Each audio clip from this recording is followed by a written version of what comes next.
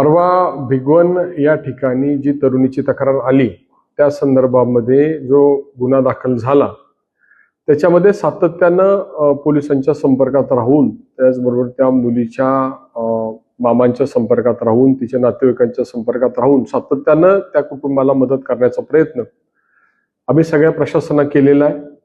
काल त्या मुलीचा शोध घेईपर्यंत दर तास 2 तासाला पोलीस प्रशासनाला तातडीनं कारवाई करण्याच्या सूचना मी स्वतः केलेल्या आहेत।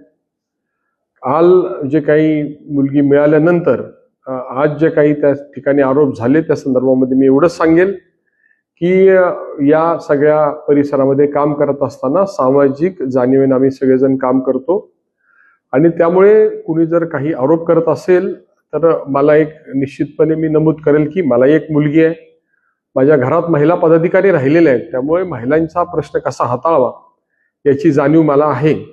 आणि कदाचित आज कोणी स्टेटस ठेवला हा जो विषय घडला त्यामध्ये कदाचित मी या विषयामध्ये मुलीच्या बाजूनं अतिशय भक्कम भूमिका घेतल्यामुळे असं केलेलं असावं असं माझं प्राथमिक मत आहे। परंतु या सगळ्या प्रकरणाची चौकशी पोलिसांनी कसोशीनं करावी, त्याचबरोबर त्या मुलीचा शोध घ्यावा आणि जे दोषी असतील त्याच्यावर कारवाई करावी अशा प्रकारे सातत्यानं मागणी मी केलेली आहे। जे आरोप करतायत त्यांनी वस्तुस्थिती पहिल्यांदा तपासावी आणि मगच आरोप करावे अशा प्रकारची विनंती मी निश्चितपणे करेल। त्या कुटुंबाच्या विषयी आम्ही सगळेजण सहानुभूतीपूर्वक मदतीच्या भूमिकेमध्ये आहोत आणि त्या कुटुंबियांना जी जी लागेल ती मदत करण्याची आमची तयारी आहे। प्रशासन पूर्ण सक्षमतेने काम करते।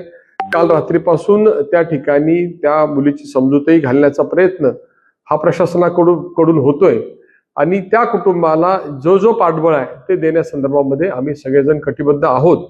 त्यामुळे कुणी जर अशा प्रकारचे गैरसमज करत असतील तर तुमच्याही घरात मुली आहेत, माझ्याही घरात मुली आहेत, त्यामुळे आरोप करताना वस्तुस्थितीची जाणीव ठेवून तपासून मगच आरोप करावेत अशा प्रकारचं नम्र आवाहन मी या सगळ्यांना करेन। तुमचं मुलीच्या कुटुंबियांशी काय बोलणं झालं होतं का? मला जशी घटना कळाली तसं पोलिसांना मी संपर्कात होतो। मुलीच्या मामा जे आहेत त्यांच्याशी मी बोललेलो आहे आणि वारंवार पोलिसांनाही सूचना केल्यात की जो तपास चाललेला आहे तो जो तपास आहे त्याची सगळी माहिती त्या मुलीच्या कुटुंबियांना द्यावी आणि सगळ्या बाजूने त्या कुटुंबियांना मदत करावी अशा प्रकारच्या वारंवार सूचना मी पोलिसांनाही केलेल्या आहेत आणि त्या कुटुंबियांच्या नातेवाईकांच्या सुद्धा मी संपर्कात आहे। तुमच्या विरोधात घोषणाबाजी केली याच्यामध्ये काय राजकारण आणण्याचा प्रयत्न केला जातो? मी सांगितलं की माझी निपक्षपाती भूमिका असल्यामुळे काही लोक दुखावले गेले असतील आणि त्यामुळे अशा प्रकारे काही लोकांनी त्याला राजकीय वळण देण्याचा प्रयत्न केला असावा असं माझं मत आहे। गोपीचंद पडळकर यांनी मोक्का लावण्याची मागणी केली होती आदर्श यांच्यावर आणि त्यांनी तुमचा स्टेटस ठेवला, त्याच्यामुळे सगळा वाद निर्माण झालेला आहे। मुळात या कोण आरोपी आहे त्याला मी ओळखत नाही। गुन्हा भिगवण तालुका इंदापूर इथे घडलाय, मुलगी बारामतीमध्ये हजर झालेली आहे आणि त्यामुळे कुणी कुणाचं स्टेटस ठेवावं आणि त्यामुळे कुणावर आरोप करावे याचा कुठलाही सुतराम संबंध मला समजत नाही। परंतु सार्वजनिक जीवनामध्ये मी प्रत्येक गावात गेलो तर 5-25 लोकांना नावानिशी ओळखतो आणि 25 वर्ष काम केल्यानंतर प्रत्येकाचे माझे संबंध आहेत। जसे माझ्या कार्यकर्त्यांचे संबंध आहेत तशी विरोधी कार्यकर्त्यांची सुद्धा माझे काही लोकांचे अतिशय चांगले स्नेहपूर्वक संबंध आहेत। त्यामुळे कुणी चुकीचं केलं आणि जर कुणी कुणाचं स्टेटस ठेवलं म्हणून कुणावर तरी आरोप करावेत हे योग्य नाही। आपण ज्यावेळी सार्वजनिक कार्यक्रमात जातो त्यावेळी सगळ्यांनाच आपण सद्भावनेने भेटत असतो, त्यामुळे अशा प्रकारे कुणी स्टेटस ठेवल्यामुळे कुणाला आरोप करावे असं जर कोण करत असेल तर निश्चितच त्याच्यामध्ये काही ना काहीतरी राजकारण केलं जाते असं माझं मत आहे। सगळे रेकॉर्डिंग काढावेत। मी माझ्याकडे येणारे सगळे फोन घेतो, सगळ्यांना परत फोन करतो।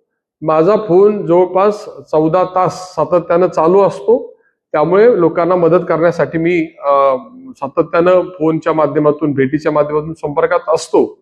त्यामुळे त्यांची जी मागणी आहे माझी उलट या सगळ्या प्रकरणात मागणी आहे की जे दोषी असतील त्याच्यात कठोरात कठोर कारवाई झाली पाहिजे अशा प्रकारची माझी मागणी राहणार आहे। मुलींच्या कुटुंबियांच्या मी संपर्कात आहे आणि आवश्यकतेप्रमाणे आवश्यकता असेल तर मला भेटण्यासाठी निश्चितपणे आवडेल आणि त्यांना मदत करण्यासाठी आम्ही सगळ्या बाजूने प्रयत्न करू आणि अशा कुणाच्याही कुटुंबाच्या बाबतीत घडत असेल तर ते आमचं कर्तव्यच आहे असं मी मानतो।